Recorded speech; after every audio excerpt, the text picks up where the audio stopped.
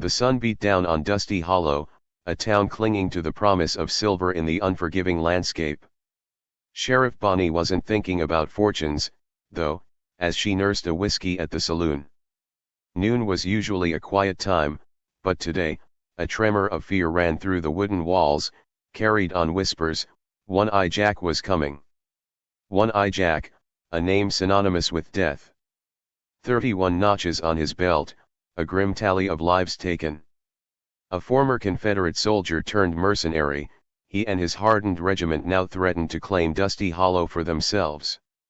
The recent discovery of a silver mine made the town a desirable prize, and Jack, it seemed, was feeling entitled.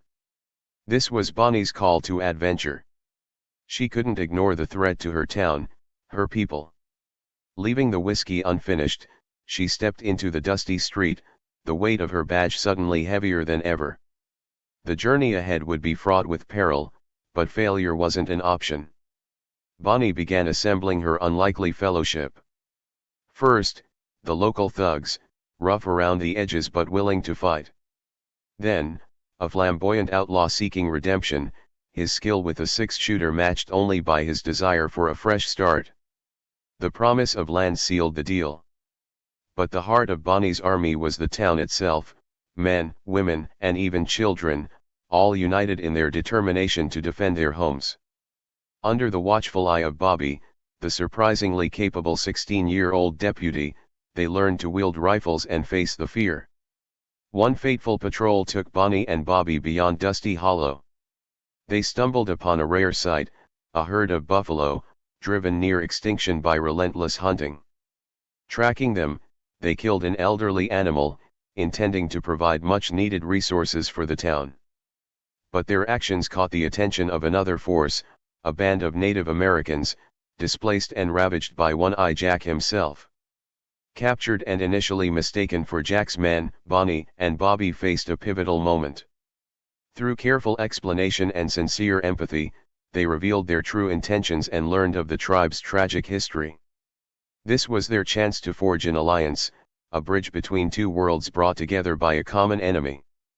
After a night of shared stories and negotiated agreements, a bond was formed. The tribe, with their 50 skilled warriors, offered their support, their knowledge of the land, and their mastery of ambush tactics. In return, Bonnie promised them refuge in the nearby mountains, free access to Dusty Hollow, and a guarantee that their ancestral lands would remain theirs forever. This was a leap of faith, a commitment to coexistence that would set Dusty Hollow apart from the rest of the territory. The day of reckoning arrived. One-Eye Jack and his regiment, a formidable force of seasoned soldiers, descended upon Dusty Hollow. The odds seemed insurmountable. But Bonnie and her allies were ready. The town had been transformed into a fortress of traps and defenses. Caltrops and punji holes dotted the landscape. The saloon, barricaded and armed, housed the bulk of the townsfolk, their faces grim but resolute. The battle raged, a chaotic dance of gunfire and desperation. Each member of Bonnie's diverse army played their part. The thugs fought with unexpected ferocity. The reformed outlaws' fancy gunplay proved deadly. The townsfolk, fueled by love and a fierce determination to protect their families, held their ground. And the Native American warriors, masters of stealth and cunning, turned the surrounding terrain into a deadly maze for the invaders. Against all odds, Dusty Hollow prevailed.